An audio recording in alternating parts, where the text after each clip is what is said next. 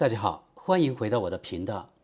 今天這期視頻，我帶大家看一座非常特別的工廠，它在德國，但老闆是中國人。它生產的是歐洲最先進的動力電池電芯，但整個歐洲自己折騰了這麼多年，愣是沒把這件事幹成。這座工廠就是寧德時代在德國圖林根州的電池超級工廠。最近，德國一位電池領域的專業博主，他本人就是科學家和電池開發者，在電池行業耕耘了很多年。他專門跑到這座工廠做了一期深度探訪，還獨家採訪了把寧德時代帶到德國的關鍵人物。今天我把這期視頻的核心內容整理給大家，這樣就不用大家去聽德語了。當然，我會把原視頻的鏈接也公布出來。我們先從一個問題開始：為什麼說德國造不出電池？其實電池這東西需求早就擺在那兒了，而且未來只會越來越大。寧德時代在德國這座工廠生產的是給德國電動車用的高端電芯。寧德時代官方不點名客戶，但從媒體報道來看，主要客戶應該就是保時捷、奧迪、寶馬、大眾等等。在歐洲，很多人都嘗試過大規模生產電池，但大部分都失敗了。最出名的例子就是瑞典那個 Northvolt， 這家公司從投資者那裡融資了150億美元。結果2024年年底還是徹底破產了，150億美元砸進去，說沒就沒了。而且德國損失也非常慘重，因為德國政府花了很多納稅人的錢去補貼。那為什麼偏偏是中國人把這件事在德國做成了？工廠的人說了一句特別實在的話，他們從中國來，早就知道該從哪裡訂購設備，怎麼安裝，怎麼調試。在德國這邊，如果遇到一個從沒見過的問題，比如設備上有個指示燈在亮，以前從沒有碰到過，他們可以直接打電話給中國的同事，對方不管是白天還是凌晨，爬起來就能告訴你，哦，這個簡單，給某個齒輪上滴點檸檬汁就好了。這就是差距。中國有一批在電池行業深耕多年的實戰專家，這種人德國現在沒有。而且寧德時代還做了一件事，把德國本地表現好的員工送到中國去培訓，讓他們在中國的產線上實操學習。等中國專家撤回之後，德國人能順利接手，等於說寧德時代把一整套電池制造的經驗從中國搬到了德國。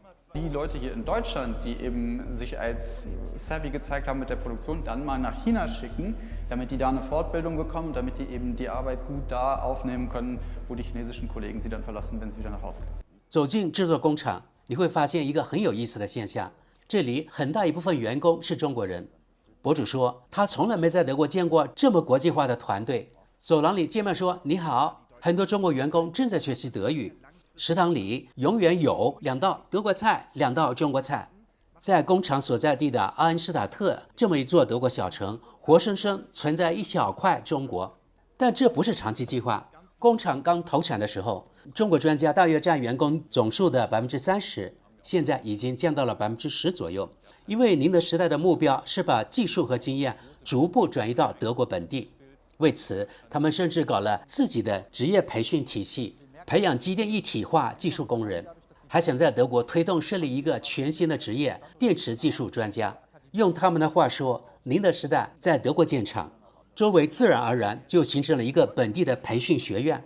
他們覺得不只是自己需要這些人才，整個行業都需要。這也點出了德國一個痛點：德國缺的不是錢，是電池制造的 know-how， 是貼近實戰的培訓體系。沒有這些，建電池廠就是在浪費時間。而德國在電動化這條路上已經沒有多少時間可以浪費了。不過，光有專家和經驗還不夠。寧德時代能快速把工廠跑起來，還有一個關鍵武器——數據。工廠裡有個測試中心，寧德時代對每一批電芯都要做抽樣測試，嚴格檢驗。他們做了這麼多年電池，積累了海量的生產數據。基於這些數據，很多問題別人可能要花很久才能解決，他們很快就能定位。用他們的話說，就是這個知識體量其他廠商沒有。靠着經驗加數據的組合，德國工廠做了一件很了不起的事，自動化率超過95%，而且質量水平在最近1個月的寧德時代全球工廠排名裡排進了前4。說這話的是 Andreas Appel， 電芯生產廠長。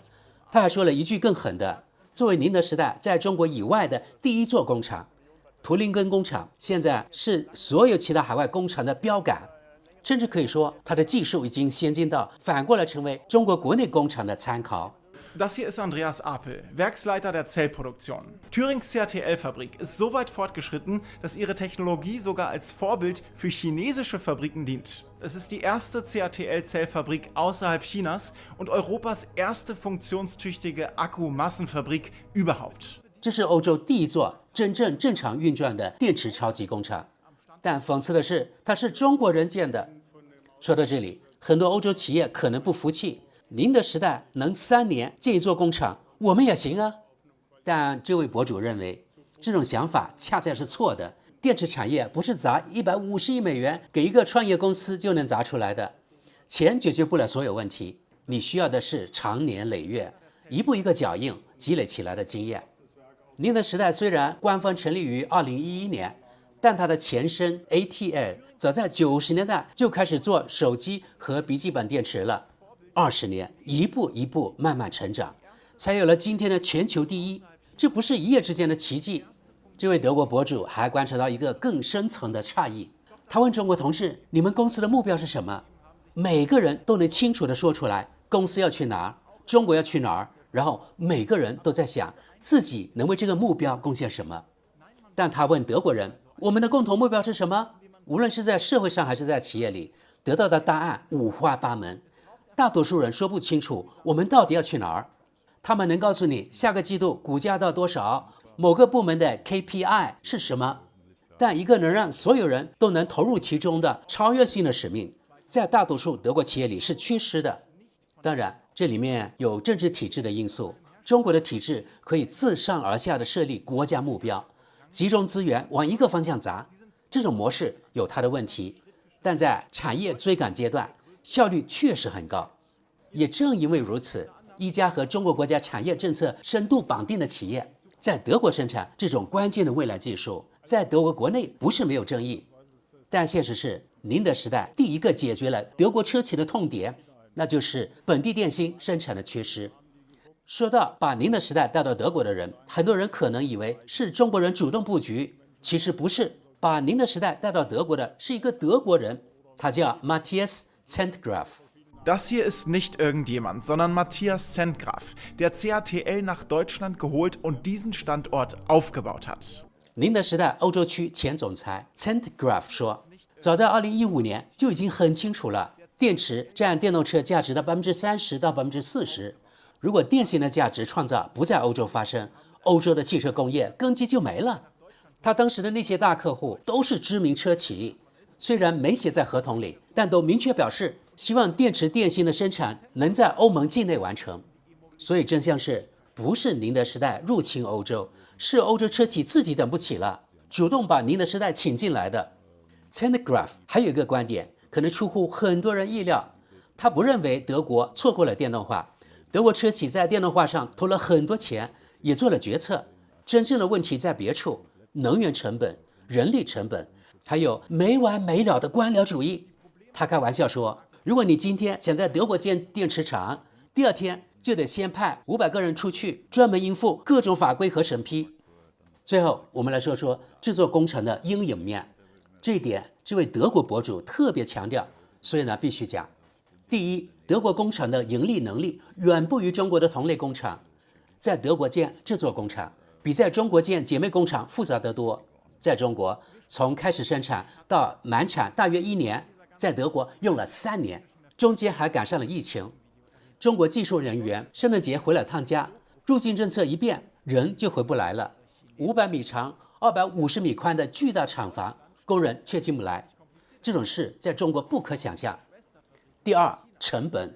多位分析師估算，在德國生產電池比在中國貴30%到40%，即便是寧德時代也繞不開這個問題。這意味着這裡生產的電芯主要只裝在高端車上，保時捷、奧迪這些品牌溢價高，能消化成本。但如果想給平價電動車供貨，價格就扛不住了，這自然也限制了需求。如果德國車企銷量下滑，那麼這家寧德時代德國工廠產能利用率就會受到影響。哪怕你是全球第一的電池企業，一樣頭疼。第三，客戶綁定。很多人以為寧德時代像個商店，把電池擺出來，車企自己挑，其實完全不是。實際模式是車企找到寧德時代，明確說我要什麼規格、什麼性能，寧德時代按要求定制開發量產。所以每一款電芯都是為特定客戶量身定做的，裡面甚至包含車企的知識產權。如果某家客戶需求下降，這批電芯沒法轉賣給別人。不過話說回來，如果在德國生產電芯挑戰很大，但寧德時代是目前歐洲唯一一家成功運營大型電芯生產的企業，他們生產的電池是經過驗證的，在真實使用條件下能跑5萬、10萬甚至更多公里。那未來怎麼辦？德國怎麼把價值創造拉回來？怎麼做到有價格競爭力？這位德國博主在工廠附近看到了一家人形機器人公司，他的第一反應是跑去問生產負責人：“你訂了1000台這種機器人沒有？”他的觀點很明確，德國必須提高自動化程度，必須跟上時代，否則5年、10年後根本沒有競爭力。他認為歐洲其實沒有別的選擇，必須有自己的電池工廠。這種關鍵為了技術的價值創造，不能簡單外包出去，否則歐洲車企會陷入完全的依賴，能源轉型的投資也留不在國內。而寧德時代並沒有停下腳步。匈牙利正在建一座更大的工廠，特斯拉也在柏林投資超過2億歐元擴建電芯產能。這說明在歐洲造電池是行得通的，關鍵是要幹得聰明，幹得高效。這位博主最後總結，如果歐洲想建立自己的電池工廠，需要幾樣東西，他們就是清晰的戰略、堅持下去的耐心，明白建大事業需要時間，還需要聰明的產業政策、長期規劃，有明確的願景，把價值創造拉回歐洲，需要知識轉移，就像當年中國從歐洲學造車一樣。那麼現在歐洲需要從中國學造電池，最後還需要高度自動化。好的，朋友們，以上是這位德國博主參觀寧德時代德國工程的全部核心內容。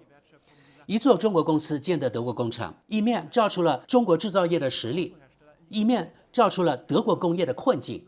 那麼德國網友們看完這條視頻之後有什麼反應呢？他們怎麼看中國電池企業在德國建廠？評論區裡又有哪些有意思的觀點？下一部分我們就來翻譯和解讀這條視頻下面的網友評論。